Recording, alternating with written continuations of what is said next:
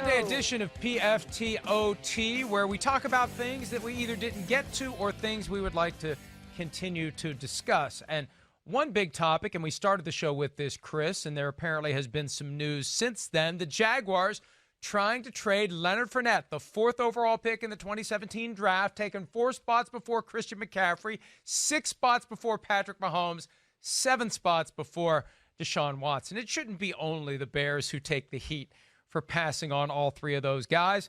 The Jaguars, even though they got 1,600-plus yards from scrimmage out of Fournette last year, looking to trade him. Ian Rappaport of the NFL says the Jaguars are having a hard time finding a trade partner, which is kind of surprising, Chris. $4.1 million with the ability to pick up the option for next year at $8.48 million for a guy that had over 1,100 yards rushing and over 500 yards receiving with an offense that wasn't exactly a high-end attack. What gives? Yeah, well, he's super talented. I mean, he really is. But, I think there's a few things here, Mike, that are at play. One, yes, he doesn't have the greatest, off-field history. And I don't mean that by he's gotten in trouble with the law, but he's been a little bit of a pain in the butt for the Jacksonville Jaguars organization.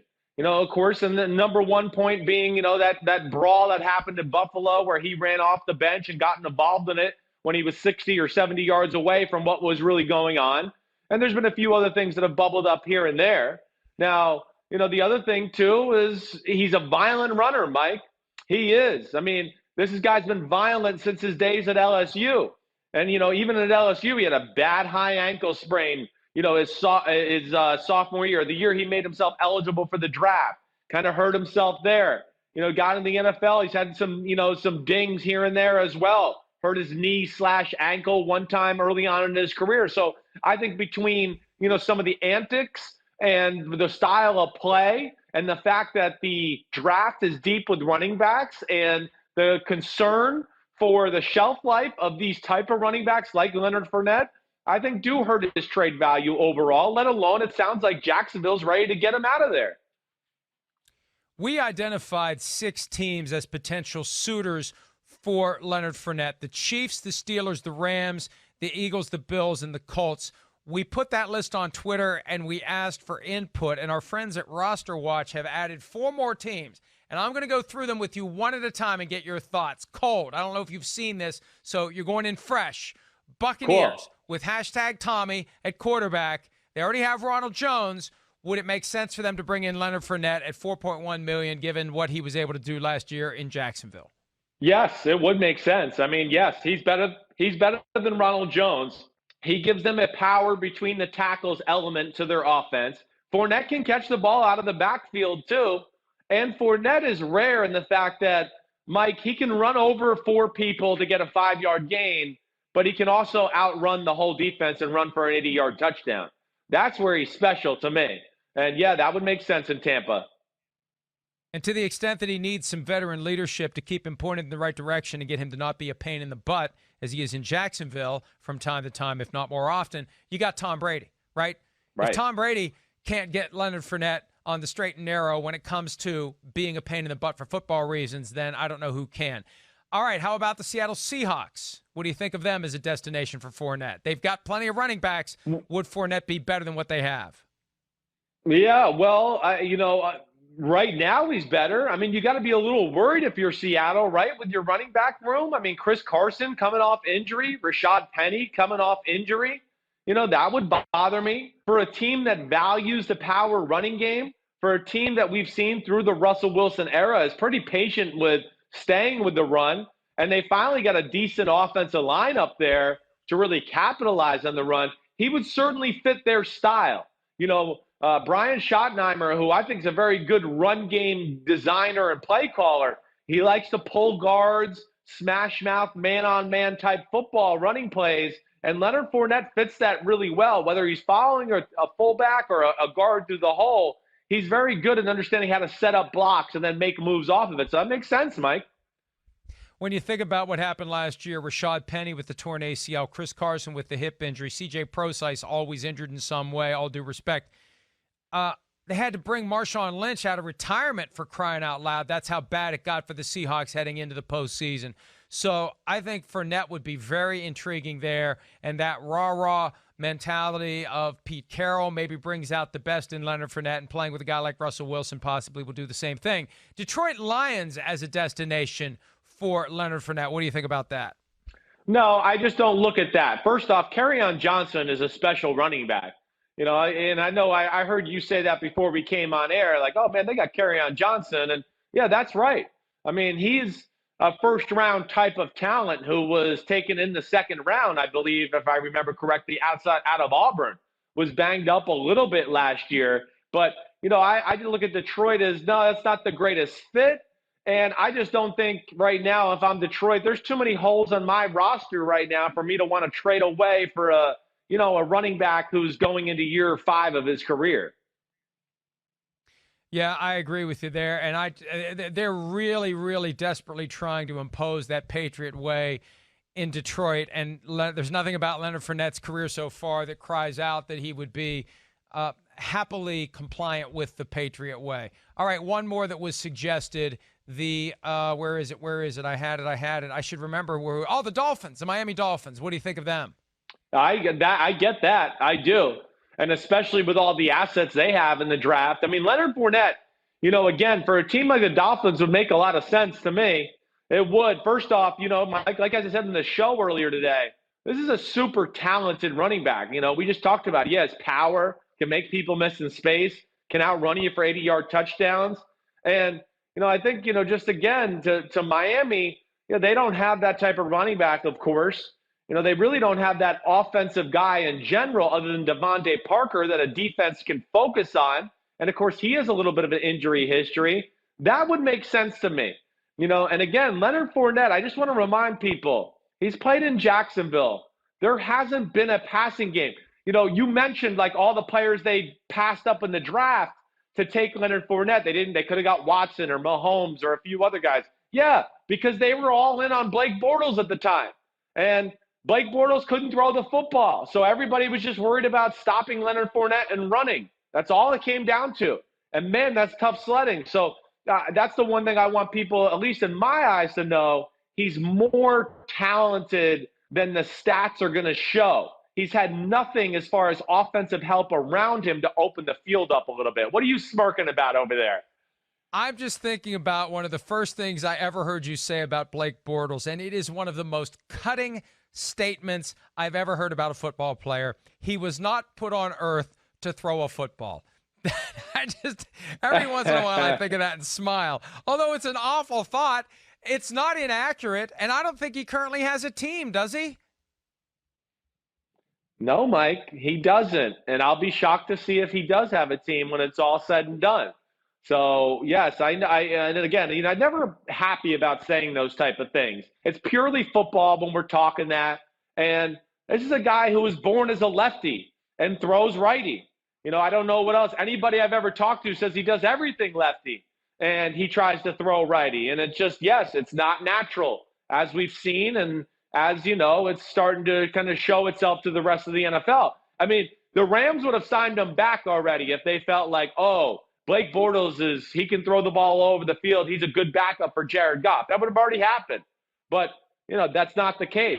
So we'll see where that goes. But I think that has to be used a little bit in Leonard Fournette's defense, at least of maybe why he hasn't lived up to being the 4th pick in the draft type billing. I'm scrolling through some of the other comments. Plenty of people pointing out how dumb we are for suggesting the teams we did. I see somebody suggesting the Packers. I mean, all due respect, Aaron Jones, I'll take Aaron Jones over Leonard Fournette any day of the week. What about you? No, I will not. I would take Leonard Fournette. Wow. I like Aaron Jones, yes. I know. I like Aaron Jones a lot, but I would take Leonard Fournette. Leonard Fournette's going to bring a little different element, to the running game. I don't think that's crazy. If Green Bay could get him for a decent price, that would make sense too. What teams did people think we're stupid about? Like that.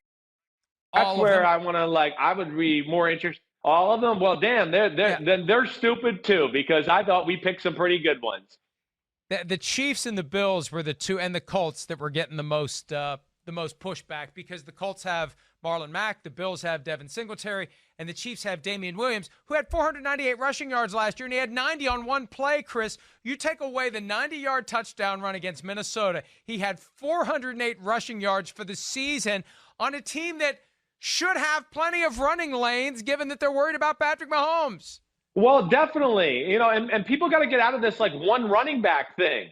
Like, get out of it. You need more than one.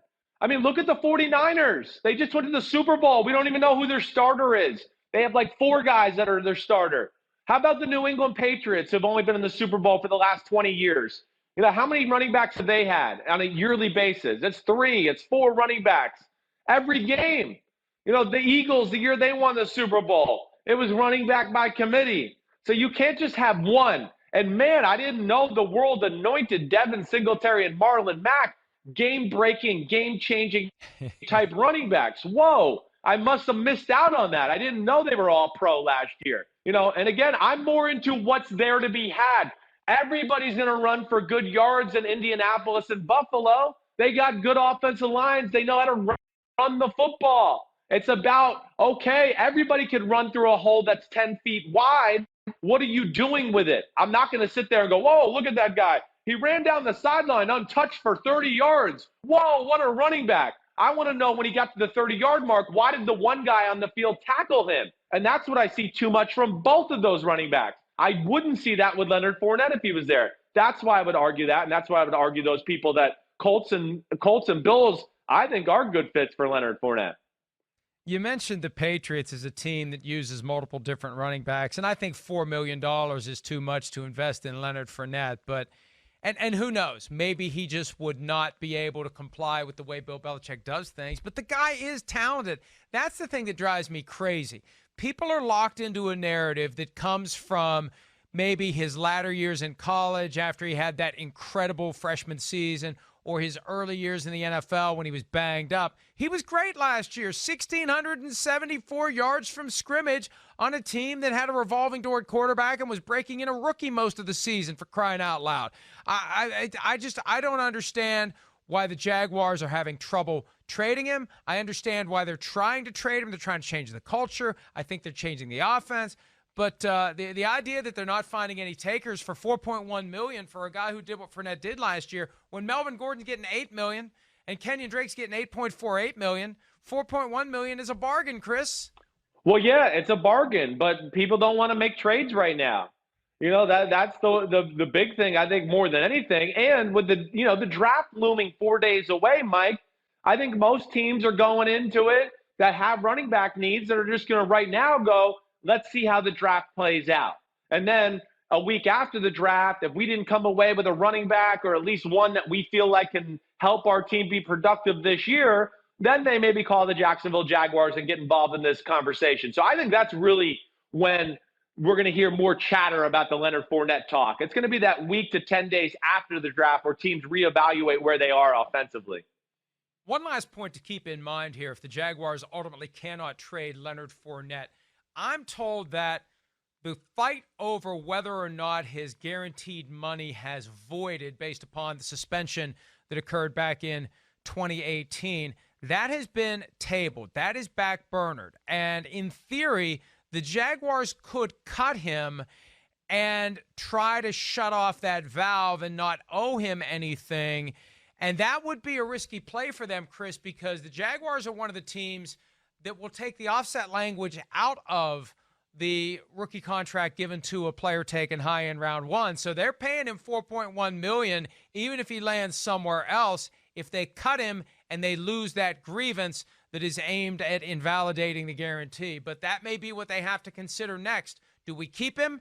Do we cut him and risk owing him the $4.1 million anyway? What do we do with Leonard Fournette? If they can't trade him, they may have to decide to just stick it out with him for one more year. It looks like they won't be picking up that fifth-year option, but they may be keeping him around if they think there's a realistic chance that they're going to have to pay him that $4.1 million, whether he's on the team or not.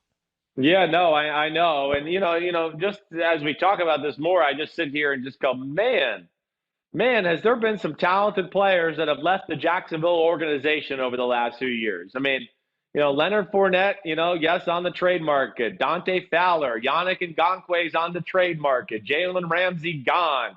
Calais Campbell gone. I mean, wow. AJ Bouye gone. Woo, man, those are some names.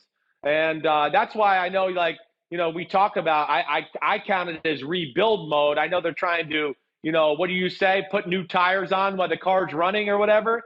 It makes sense. That's nice to say.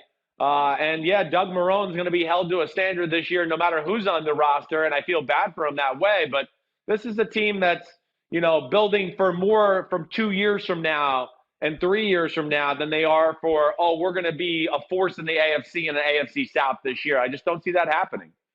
Hey, Yannick Ngakoue is trying to get traded out of Jacksonville from under the franchise tag. And, I think there's concern about how Ngakoue would perform without those guys who F up the play in the middle. They've had Malik Jackson. They've had Calais Campbell. They've had Marcel Darius in the past.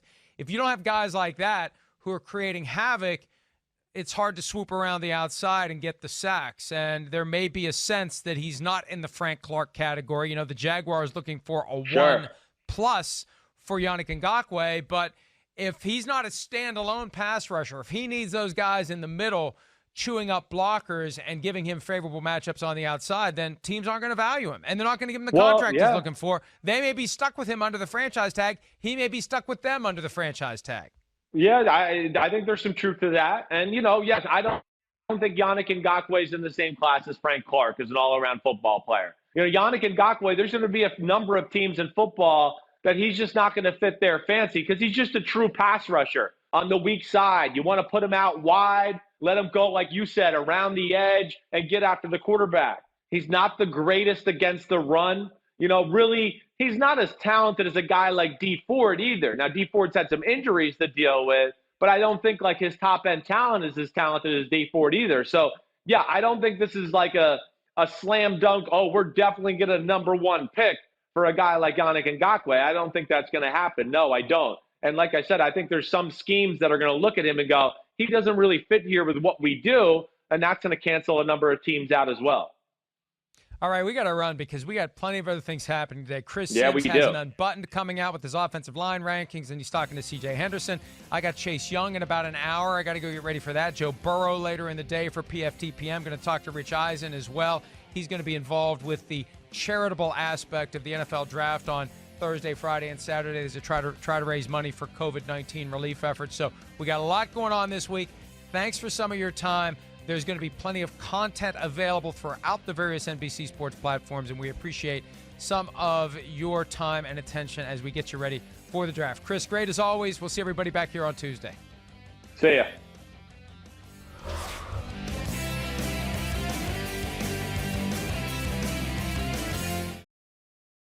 Hi, I'm Mike Tirico, and thanks for watching. Make sure to hit subscribe for the latest news and highlights from NBC Sports.